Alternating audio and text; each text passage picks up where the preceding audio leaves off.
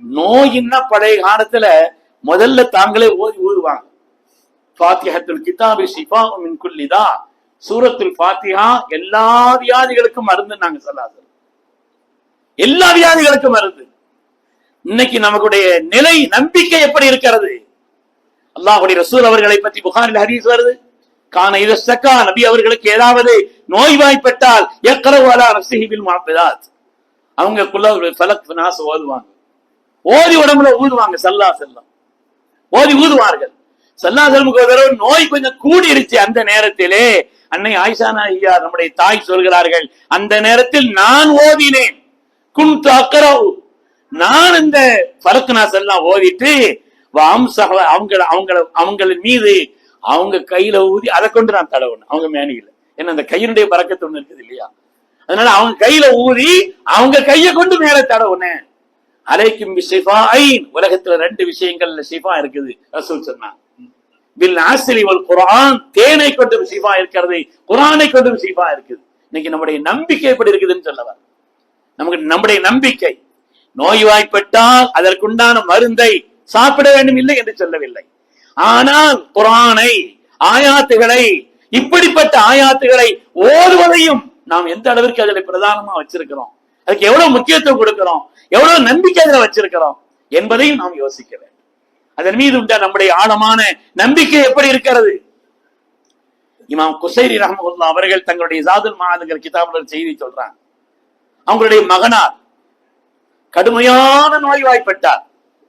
நாம் குசைரி சொல்கிறார்கள், அரில வலதி மரதம் சதீதா, கடுமையான நோய், நான் நிராசையாகிவிட்டேன், என்னுடைய பிள்ளை இனிமே பிழைக்க மாட்டான்னு சொல்லி.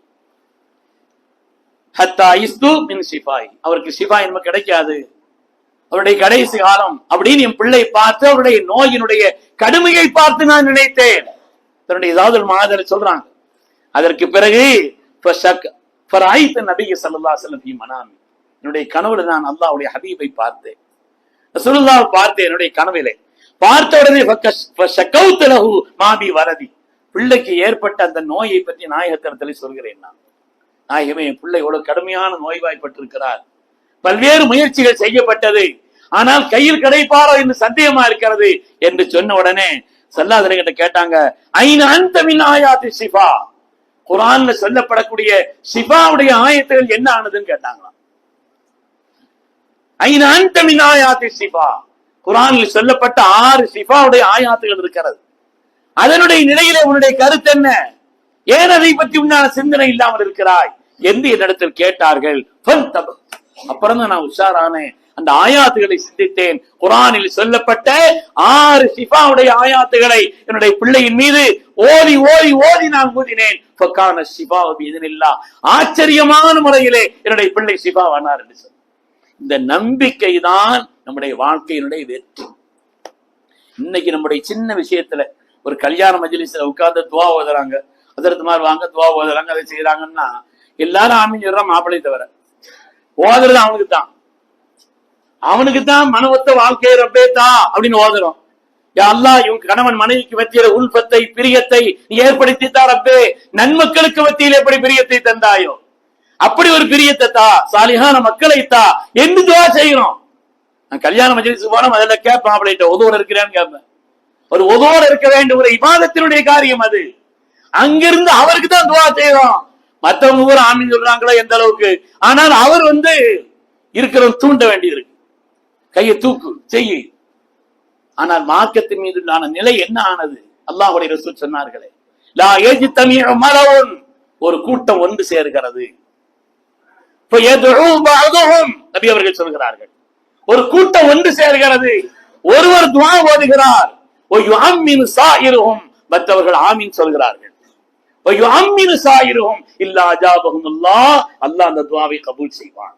நீங்கள் தனியாக செய்யக்கூடிய துஆவை விட கைரில் மக்தூபி அலைஹிம் வலல்லாலின் சொன்னோனே எல்லாரும் ஆமீன் சொல்றோமே, அந்த ஒருவர் துஆ ஒருவர் ஓத மற்றவர்கள் ஆமீன் சொன்னால் அல்லாஹ் அந்த துஆவை சீக்கிரம் கபூல் செய்வான். வருகிறது. இன்னைக்குள்ள நிலை எப்படி இருக்கிறது? அதன் மீது உள்ள நம்பிக்கை எப்படி இருக்கிறது? நம்முடைய அணுகுமுறை ஈமானை பொறுத்து கொண்டுதான் நமக்கு வெற்றி என்பதிலே எந்த விதமான சந்தேகம் இல்லை பெருமக்களே. அதை கொண்டுதான் நம்முடைய வாழ்க்கையிலே எல்லா விதமான வெற்றியும் உயர்வும். நாம் அதிலே பலகீனப்பட்டு உலகத்தில் செல்வத்தை கொண்டு, கல்வியை கொண்டு, பொருளாதாரத்தை கொண்டு, அதிகாரத்தை கொண்டு எல்லாம் வேணும் தான், இதை கொண்டு மாத்திரம்தான் வெற்றின்னா நமக்கும் மற்றவர்களுக்கு உண்டான நம்பிக்கையில என்ன வித்தியாசம் இருக்கிறது? வேண்டும், எல்லாம் வேண்டும், இல்லை என்று சொல்லவில்லை. ஆனால் அது எல்லாவற்றையும் விட ரப்பினுடைய நாட்டத்தை கொண்டு, அவனுடைய மேலான அருளை கொண்டு இந்த காரியங்கள் நடக்கிறது என்ற அந்த நம்பிக்கையை கொண்டுதான் நம்முடைய வாழ்க்கையின் வெற்றி என்பதை விளங்க வேண்டும். அல்லாஹ் அதைத்தான் சொன்னான், வலா தஹினு வலா தஹ்சனு, எந்த கவலையும் படாதீங்க. வஅன்துமுல் அலௌன இன் குன்தும் முஃமினீன், ரப்பினுடைய வாக்கு, நீங்கள் தான் உயர்ந்தவர்கள், நீங்கள் தான் வெற்றியாளர்கள், நீங்கள் மூமின்களாக இருந்தால் என்று அல்லாஹ் சொல்கிறார். இந்த ஈமான் என்பது நம்முடைய வாழ்க்கை பற்றிய பார்வை, நம்முடைய செயல்பாடுகளில் உண்டான அந்த பார்வை, நம்முடைய நடைமுறைகளிலே உள்ள தன்மைகளிலே உள்ள அணுகுமுறை, இதிலெல்லாம் ஒவ்வொரு காரியத்திலேயும் ஈமானுடைய பிரகாசம் வெளிப்பட வேண்டும். அல்லாஹு தஆலா அப்படிப்பட்ட பரிசுத்த முஃமின்களாக நம் எல்லோரையும் ஆக்கி அருள்வாராக. நம்முடைய ஈமானுக்கு தடையாக இருக்கக்கூடிய எல்லாவற்றையும் அல்லாஹ் நீக்கி பூரணமான முஃமின்களாக, அதற்கு உமர் இல்லான்னு சொன்ன மாதிரி, நாங்கள் ரப்பினுடைய காபாவுடைய ரப்பின் மீது சத்தியம், நாங்கள் மூமின்கள் என்று சொன்னார்களே, அத்தகைய நம்பிக்கையோடு உள்ள மூமின்களாக அல்லாஹ் நம் எல்லோரையும் கபூல் செய்தருள்வானாக. ஆமீன் ஆமீன் யா ரப்பல் ஆலமீன். வ ஆகிரு தஅவானா அனில் ஹம்துலில்லாஹி ரப்பில் ஆலமீன்.